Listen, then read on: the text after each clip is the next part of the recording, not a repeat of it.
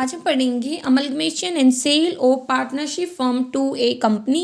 ये हमारे BCom first year में जो सेकंड सेमेस्टर होता है उसके अंतर्गत एक टॉपिक है फाइनेंशियल अकाउंटिंग का। तो इसमें वर्ड आ रहा है अमलगमेशन। अमलगमेशन करना मतलब मिलना मिलाना, जैसे कि दो कंपनियां हैं, दो फर्म्स हैं, वो मिल जाएं। एनसीएल मतलब बेच देना किसी भी पार्टनरशिप फर्म का किसी कंपनी को। तो अब बात आती है कि देखो, जब दो या दो से अधिक फर्म्स हैं कंबाइन हो जाती हैं और एक नई फर्म्स बनाती है तो उसे हम बोलते हैं अमलगमेशन ऑफ फर्म्स। ऑब्जेक्टिव क्या होता है अमलगमेशन का? ये होता है अवॉइड करना जो भी कंपटीशन है, क्योंकि देखो दो फर्म है, लगा लो सेम प्रोडक्ट बेच रही हैं और कोई फर्म है ही नहीं मार्केट में, तो वो क्या करें, वो दोनों मिलकर अपना एक बिजनेस कर ले तो क्या होगा, इससे कंपटीशन अवॉइड होगा, इकोनॉमी अचीव होगी। ठीक है, pool the resources for doing business मतलब देखो दोनों फर्म्स मिलेंगी, दोनों के जो भी रिसोर्सेज होंगे वो इकट्ठे होंगे, तो उससे क्या होगा, वो बेनिफिट ले पाएंगी। तो इन्हीं सब ऑब्जेक्ट पर्पज से है ना, जो दो फर्म्स होती हैं वो कंबाइन हो जाते हैं, कई बार अमलगमेट हो जाती हैं। तो अब बात आती है कि जो पुरानी फर्म होगी अमलगमेशन से पहले, उसकी बुक्स में कैसे रिकॉर्डिंग होगी एंड न्यू फर्म्स की बुक्स में कैसे रिकॉर्डिंग, हम वो समझेंगे। तो पहला अकाउंटिंग प्रोसीजर्स जो पुरानी फर्म अपनाती है अमलगमेशन के टाइम पे। तो पहला है, जितनी भी असेट्स एंड लायबिलिटीज होंगी जो नई फर्म के द्वारा ली जाती हैं उनको रिवैल्यूए किया जाएगा। रिवैल्यू का मतलब होता है कि भाई एट प्रेजेंट उनकी क्या वैल्यू है उस पे देखा जाए, भाई एप्रिशिएट हो रही है, डेप्रिशिएशन हो रहा है, क्या हो रहा है। और जो हर फर्म है वो क्या बनाएगी, एक रिवैल्यूएशन अकाउंट बनाएगी। ठीक है, जो उसके असेट्स होंगी, जो लायबिलिटी होंगी उनसे रिलेटेड, और जो बैलेंस होगा रिवैल्यूएशन अकाउंट का, भाई जो भी प्रॉफिट वगैरह है, लॉस वगैरह है, वो ट्रांसफर कर दिया जाएगा पार्टनर्स के कैपिटल अकाउंट में। किस रेशियो में? उनका जो पुराना प्रॉफिट शेयरिंग रेशियो था अमलगमेशन से पहले। जितनी भी फर्म्स होती हैं उनकी जो गुडविल है वो डिटरमाइन की जाएगी, कैसे? जो भी पार्टनर्स होंगे उनकी म्यूचुअल कंसेंट के अकॉर्डिंग। ठीक है, जो गुडविल अकाउंट होगा वो डेबिट होगा और वो किस में, उनके पुराने जो प्रॉफिट शेयरिंग रेशियो होगा उसमें बांट दी जाएगी, पार्टनर्स के कैपिटल अकाउंट में क्रेडिट की जाएगी। कहते हैं कि ऐसे ही अगर रिजर्व पीएनएल का बैलेंस वगैरह दे रखा है तो वो भी पार्टनर्स के कैपिटल अकाउंट में भेजा जाएगा उनके ओल्ड प्रॉफिट शेयरिंग रेशियो में। अगर कहता है कि कुछ असेट्स है ओल्ड फर्म की, वो अगर नई फर्म नहीं लेती है तो सबसे पहले या तो जो फर्म है उसको बेच देगी, अगर नहीं बेची जाती हैं तो उनको पार्टनर्स को बेच दिया जाएगा, पार्टनर्स को दे दिया जाएगा उनके कैपिटल अकाउंट में ओल्ड प्रॉफिट शेयरिंग रेशियो में। सिमिलरली अगर कोई लायबिलिटी है पुरानी फर्म की जो नहीं ली जाती है नई फर्म के द्वारा, तो उनकी जो पेमेंट है वो ओल्ड फर्म करेगी, या वो पार्टनर्स के कैपिटल अकाउंट में क्रेडिट कर दी जाएगी। तो एंट्री हो जाएगी liabilities account debit to partners capital account. ऐसे ही कुछ असेट्स हैं जो लगा लो टेक ओवर की जाते हैं किसी भी पार्टनर के द्वारा, तो कहता है कि उसका जो कैपिटल अकाउंट है वो डेबिट हो जाता है मतलब, और वो जो असेट्स अकाउंट है वो क्रेडिट हो जाता है। सिमिलरली अगर कोई लायबिलिटी ली जाती है किसी पार्टनर के द्वारा पे करने के लिए, तो लायबिलिटी अकाउंट है वो डेबिट हो जाएगा और उसका पर्सनल अकाउंट क्रेडिट हो जाएगा, क्योंकि नॉर्मली हमारी लायबिलिटीज क्रेडिट होते हैं लेकिन जब उनको पे ऑफ किया जाएगा तो हम उसको डेबिट कर रहे हैं। तो अकाउंट्स होगा जितनी भी एसेट्स हैं लायबिलिटीज है जो टेक ओवर की जाएगी नई फर्म्स के द्वारा, तो हम उसके लिए क्या एंट्री पास करेंगे, नई फर्म्स अकाउंट डेबिट, तो जो भी उसने एसेट्स वगैरह ली हैं उनसे एंट्री हो जाएगी। देन बात आती है नेक्स्ट फॉर ट्रांसफरिंग लायबिलिटीज। तो लायबिलिटीज को ट्रांसफर करने के लिए क्या करेंगे, sundry liabilities account debit to new firm account.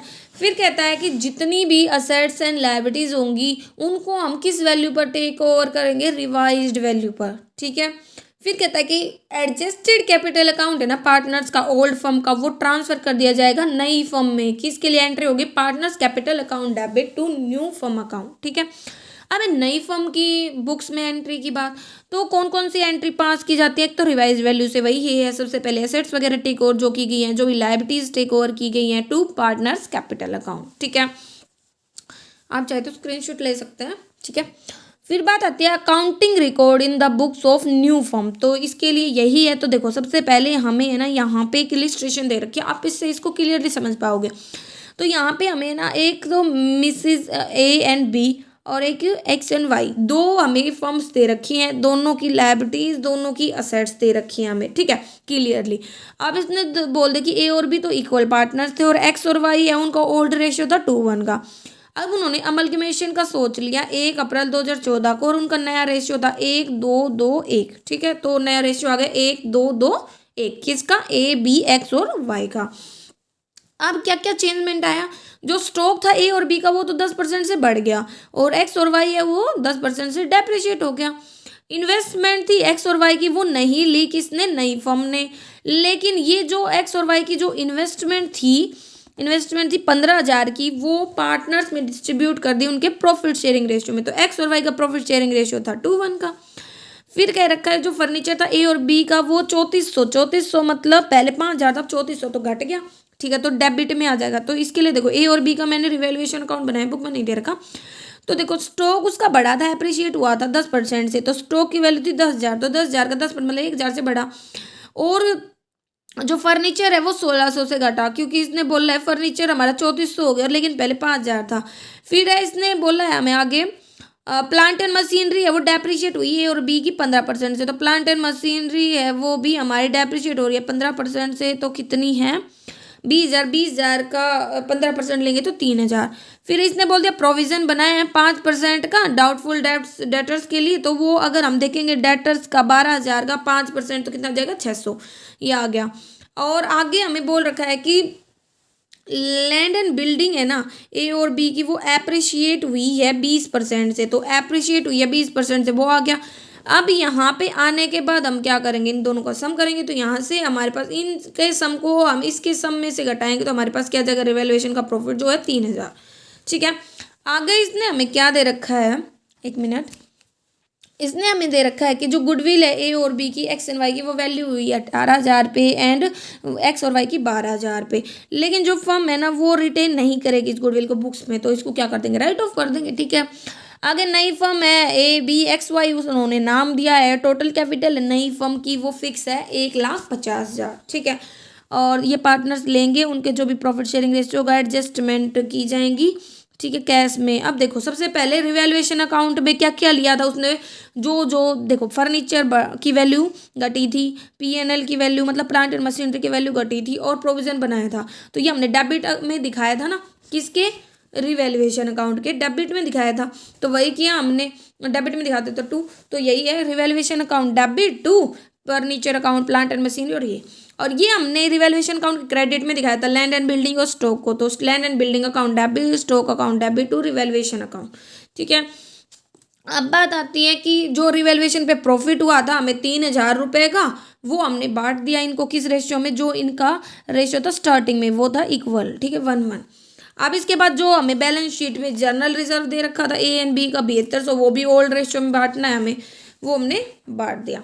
अब इसके बाद गुडविल थी, क्योंकि उसे कैरी ऑन नहीं करना है तो उसे भी राइट ऑफ करेंगे, तो हम पहले तो हम फायदा देखेंगे, तो गुडविल पे हमें फायदा हुआ है क्योंकि 18,000 एट प्रेजेंट है, लेकिन है ना हमें बैलेंस शीट में गुडविल थी 8,000 की, तो कितने से बढ़ी 10,000 से, तो उस 10,000 का फायदा सबसे पहले हम पार्टनर्स को उनके ओल्ड रेशियो में दे देंगे, तो वो था हमारा 1:1 का, ठीक है।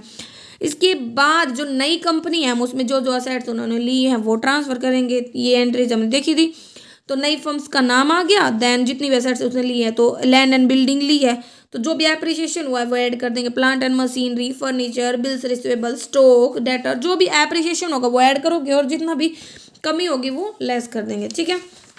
फिर ये होने के बाद गुडविल अकाउंट भी आ गया नई वैल्यू से, बैंक अकाउंट भी आ गया, और फिर इसके बाद लायबिलिटीज़ ली हैं वो ट्रांसफ़र कर देंगे हम नई कंपनी के अकाउंट में। फिर जो भी कहता है कि कैपिटल होगी ए और बी की वो हम नई फर्म में ट्रांसफ़र करेंगे, यही तो थी लास्ट एंट्री कि जो भी कैपिटल होगी वो हम ट्रांसफ़र करेंगे, कि जो भी पार्टनर्स की कैपिटल होगी वो नई फर्म के अकाउंट में, ठीक है, तो ये हम कर देंगे। तो इस नई कैपिटल को निकालो कैसे के, तो देखो 30,000 और 30,000 दोनों की स्टार्टिंग में हमें कैपिटल दे रखी है, ठीक है, ए और बी की 30,000 कैपिटल दे रखी थी, वो आ गई, ठीक है।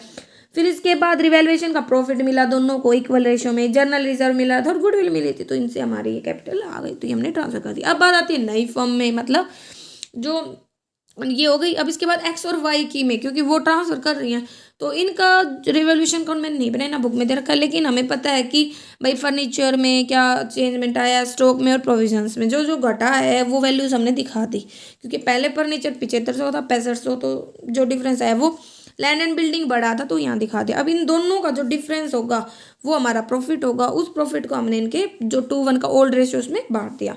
इसके बाद जनरल रिजर्व दे रखा था उसको भी ट्रांसफर कर देंगे। हाँ, अब इन्वेस्टमेंट थी जो नई फर्म ने नहीं ली थी उसको क्या करेंगे, पार्टनर्स के ओल्ड रेशियो में बांट देंगे, तो वो 2:1 था, तो इन्वेस्टमेंट भी हमने बांट दी। अब गुडविल थी जो क्योंकि पहले तो कोई गुडविल थी नहीं, बाद में गुडविल थी 12,000 की, तो प्रॉफिट था, इसको भी हमने इसमें राइट ऑफ कर दिया। अब इसके बाद इसकी जो भी एसेट्स वगैरह थी वो नई कंपनी के अकाउंट में भेजनी है, तो हम क्या करेंगे, सारी जो भी एसेट्स थी, लैंड, बिल्डिंग, प्लांट, मशीनरी, ये सब देखेंगे।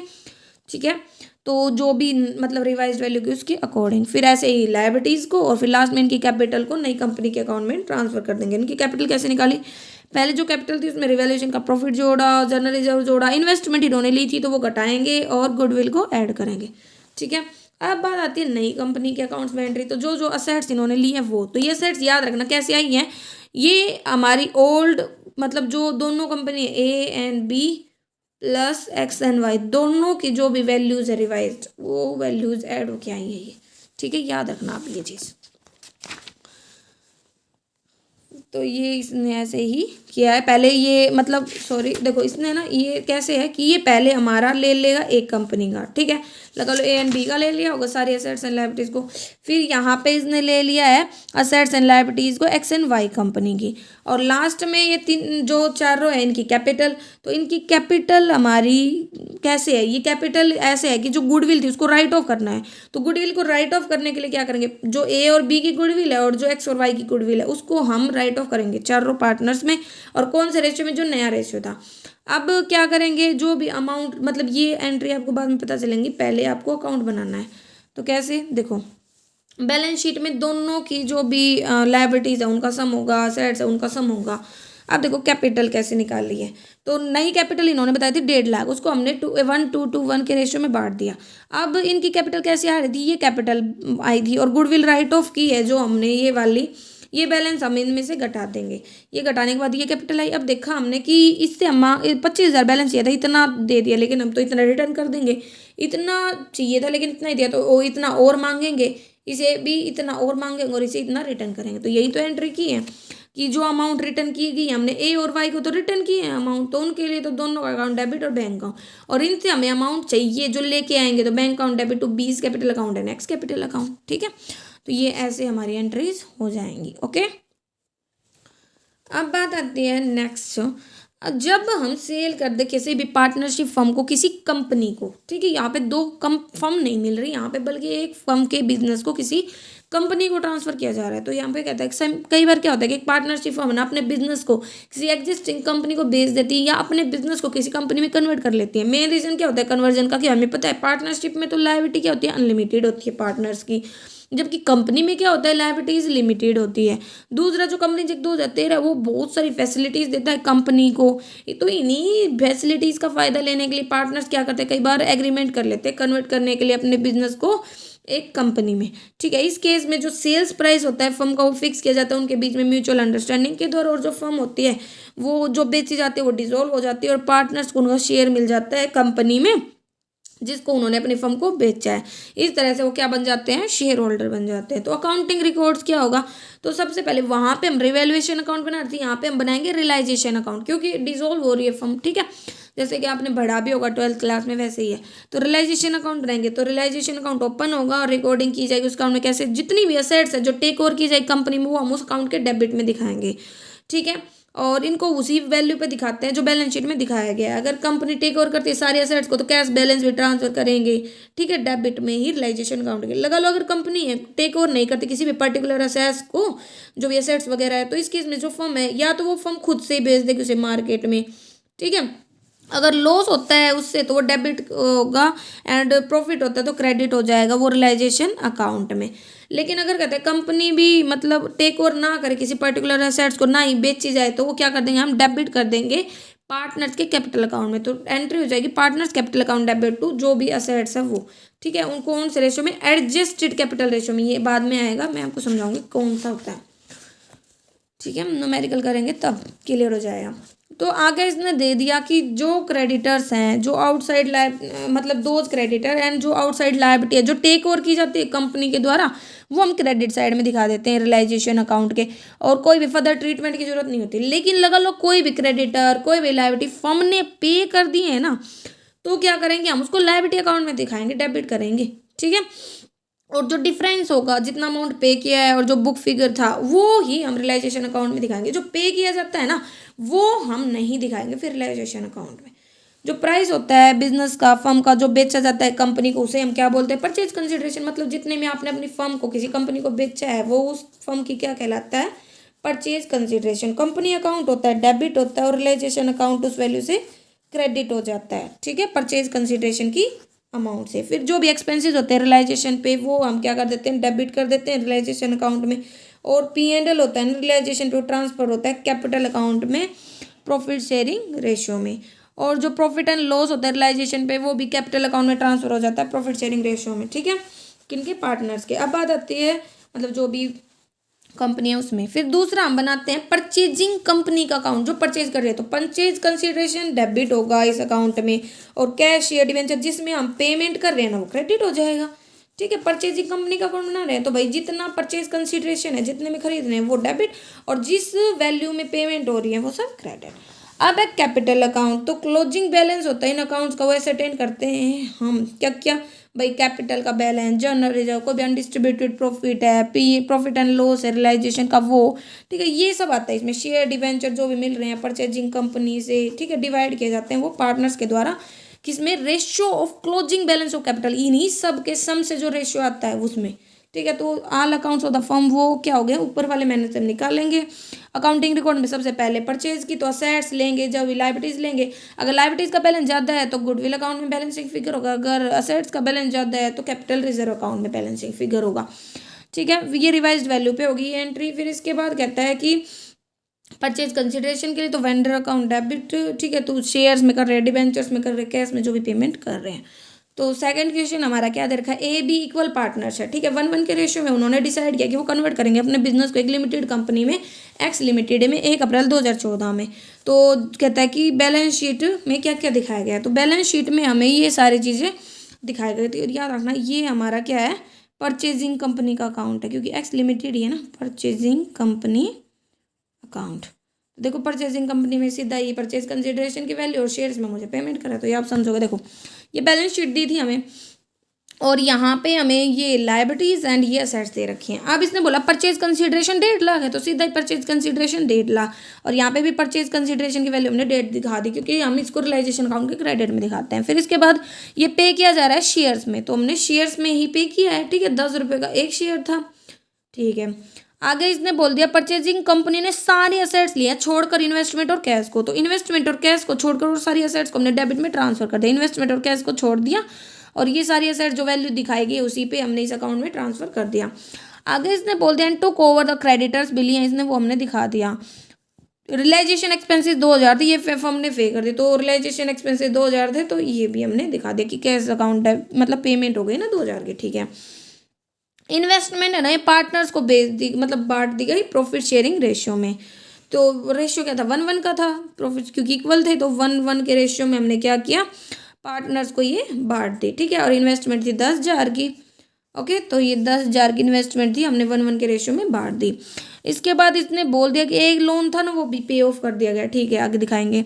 प्रिपेयर करना है necessary accounts in the books, also prepare journal entry, balance sheet बनानी है, एज्यूम करना है कंपनी। ये 1,00,000 और 10,000 का मतलब ये है कि जब आप नई कंपनी का अकाउंट बनाओगे, जिसने टेक ओवर किया है, तो उसमें बिल्डिंग और असेट्स को, मतलब फर्नीचर को तो इसी वैल्यू से दिखाओगे, और बची हुई असेट्स को जो वैल्यू बुक में है उनसे दिखाओगे, ठीक है। तो ये आप समझ गए, ये हो गया, ये हो गया। अभी यहाँ पे हमने परचेज कंसिडरेशन दिखा दिया, तो यहाँ से हमारा आ गया प्रॉफिट। अब ये भी आप समझ गए, परचेजिंग कंपनी का अकाउंट है, परचेज कंसिडरेशन और जिसमें पेमेंट करें वो दिखा दिया। अब है ये बैलेंस ब्रोड डाउन, ठीक है, तो कितनी कैपिटल थी, 96,000 और 36,000, 96,000 और 36,000। इसमें जनरल रिजर्व जो दे रखा था वो आ गया प्रॉफिट शेयरिंग रेशियो 1:1 में, रियलाइजेशन का जो प्रॉफिट था वो आ गया इसमें, और फिर यहाँ से, ठीक है, ये इसका सम टोटल लिया, उस सम टोटल में से हमने इन्वेस्टमेंट को घटाया, यहाँ से हमारे पास शेयर्स आ गए, मतलब एक्स लिमिटेड को जो डिस्ट्रीब्यूट करेंगे उसका रेशियो आ जाएगा। तो रेशियो आ गया हमारा 2:1 का, 1,20,000 और 60,000, ठीक है, तो 2:1 का हमारा रेशियो आ गया। अब इस कैश को जो भी है हमारा 2:1 में हम बांट देंगे, जो भी बैलेंस होगा उसको, ठीक है। अब ये ही है कि शेयर्स जो भी पेमेंट करे एक्स लिमिटेड के वो, तो ये ए कैपिटल, बी इज कैपिटल, और ये हमने एक्स लिमिटेड को 1.5 लाख की पेमेंट इसने दिखा दी। अब कैश अकाउंट में पेमेंट देखो, रियलाइजेशन के एक्सपेंसेस पे हुए हैं, लोन पे हुआ, और ए की कैपिटल और बी की कैपिटल थी 20,000 और 10,000, ठीक है, a is capital b is capital account में ही तो आया था। अब ये एक्स कैप लिमिटेड की बुक में एंट्री, ठीक है। तो ये इन्वेस्टमेंट के बाद की कैपिटल दिखा रखी, ठीक है। अब बात आती है कि जो भी रिवाइज वैल्यू है उस पर बिल्डिंग और फर्नीचर, ये तो लास्ट में हमें एडजस्टमेंट में दिखाए थे, और ये जो भी हमारे बुक वैल्यू में दिखाया वो, और ये क्रेडिटर्स लिए थे, ये परचेज कंसिडरेशन था। फिर वेंडर्स फर्म को हमने शेयर में पेमेंट कर दी। उसके बाद ये हमारे नई नई बैलेंस शीट बैंक, तो कंपनी में वर्टिकल फॉर्मेट में बना रखी है इसने, तो शेयर्स मिले हैं, ठीक है, शेयर्स की फॉर्म में। और क्रेडिटर्स थे नॉन करंट एसेट में गुडविल, बिल्डिंग, फर्नीचर और स्टॉक एंड डेटर्स। अब थर्ड वाला क्वेश्चन है, इसमें बोल रखा है हमें गुप्ता अग्रवाल शेयर कर रहा है profit and loss equally, decide करता है कि वो कन्वर्ट करेगा अपने बिजनेस को लिमिटेड कंपनी में 1 अप्रैल 2014 को, जब जो बैलेंस शीट है वो ऐसे थी, ठीक है। अब इसने बोल दिया कि जो गुडविल है फर्म की वो वैल्यूएट की गई 2 ईयर्स परचेज, ये आपने बीकॉम सेकेंड ईयर में पढ़ते हैं और हम मतलब 12th में भी पढ़ते हैं कि गुडविल को कैसे वैल्यूएट करना है परचेज ईयर ऑफ कंसिडरेशन के अकॉर्डिंग। तो यहाँ पे 3 साल का प्रॉफिट एवरेज, उसके अकॉर्डिंग 2 साल की नंबर ऑफ ईयर परचेज है 2 साल, ठीक है, तो उसके अकॉर्डिंग निकाला है। लोन क्रेडिटर्स को ना वो ना प्रेफरेंस शेयर्स लेने के लिए तैयार हो गए अपने क्लेम को, मतलब लोन थे ना 20,000 का, वो प्रेफरेंस शेयर्स लेने को तैयार हो गए। लैंड एंड बिल्डिंग मशीनरी है वो रिवैल्यू हो गई, मतलब 50,000 12,000 पे, ठीक है। और जो वेंडर्स है वो अलॉट हो गए इक्विटी शेयर्स, तो मतलब जो भी परचेज कंसिडरेशन था उसके लिए 1,05,000 हमने इक्विटी शेयर दे दिए। जो वर्किंग रिजल्ट था वो दिखाता है कि प्रॉफिट था पहले 2012 में 15, फिर 18,000, फिर 21,000, और 1,000 हर साल रिजर्व फंड में ट्रांसफर किया है। तो इसका मतलब है कि अब हम दोबारा से ऐड करेंगे एक्चुअल प्रॉफिट तक पहुंचने के लिए, तो हमें दिखाना है रियलाइजेशन अकाउंट, ये सब देखो डेटर्स लिए ये जो भी वैल्यू है ना एक्चुअल उसी पर इसने वैल्यू ले ली, क्योंकि इसने ऐसा कुछ नहीं बताया था कि कोई हमने असेट्स ना ली हो, तो जो था वो सबको दिखा दे। क्रेडिटर्स, बैंक ऑर्डर, नई कंपनी, मतलब ये है परचेज कंसिडरेशन, ठीक है, परचेज कंसिडरेशन, ओके। देन ये सब आ गया। फिर इसके बाद इसने है पेटेंट, मशीनरी, लैंड, बिल्डिंग, ये सब हमें दिखाया है। तो गुडविल है 15, कैसे इवेल्युएट करी हमने, 3 साल का प्रॉफिट ऐड किया, उसमें जो रिजर्व था 1,000 हर साल ट्रांसफर करे थे वो ऐड ऑन किया, 1,000 आ गया, इसको 3 से डिवाइड कर दिया तो एवरेज प्रॉफिट आ गया। दो नंबर ऑफ ईयर परचेज था 2, उसकी मल्टीप्लाई कर दी, गुडविल आ गई। अब गुडविल के लिए कोई सेपरेट एंट्री का पास करने की जरूरत नहीं है, क्योंकि ये परचेज कंसिडरेशन में पहले से ही ऐड। और जो लोन अकाउंट है वो भी रियलाइजेशन अकाउंट में ट्रांसफर नहीं करोगे, क्योंकि एक लायबिलिटी है जो कंपनी के द्वारा टेक ओवर नहीं की गई है, बल्कि प्रेफरेंस शेयर दे दिए गए हैं और वो परचेजिंग कंपनी से रिसीव हो रहे हैं, तो परचेज कंसिडरेशन में ही ऐड ऑन हो जाएंगे। तो loan account debit to preference shares capital account. अब गुप्ता कैपिटल्स अकाउंट बनाएंगे तो भाई शेयर्स, ठीक है, जो मिल रहे हैं, तो बैलेंस ब्रोट डाउन किया 20,000 का, रिजर्व फंड जो भी था और रियलाइजेशन अकाउंट से जो भी मिला वो, ठीक है। तो इसने ये हमें यहाँ पे दिखाया था ये सारी चीज़ें, ओके। और यहाँ पे 31,000 का ये हमारा रियलाइजेशन से आया था गुप्ताज कैपिटल का, मतलब अलग अलग अकाउंट बना रहे हैं हम दोनों का, गुप्ता का भी और अग्रवाल का भी। तो गुप्ता का रियलाइजेशन से जो है, रिजर्व से जो है, रिजर्व से और रियलाइजेशन से, और इनका जो भी बैलेंस शीट में स्टार्टिंग में बैलेंस था वो, ठीक है। तो इससे ये पता चल गया दोनों का ना नई कंपनी में क्या शेयर होगा, क्योंकि एक फर्म कंपनी में बदल रही है, तो फर्म कंपनी में बदल रही है तो पार्टनर्स जो थे पहले उनका क्या शेयर होगा। अब नई कंपनी के एंट्रीज करेंगे तो ये तो जो रिवाइज्ड वैल्यू हमें पता है उस पे आएंगी, और ये जो पहले से ही बुक वैल्यू पे थे वो आ जाएंगी, ठीक है। फिर इसके बाद वेंडर फर्म एक तो इक्विटी शेयर दे रहे 1,05,000 के, और एक प्रेफरेंस शेयर दिए जा रहे हैं लोन को सेटल करने के लिए, वही एंट्री हो जाएगी।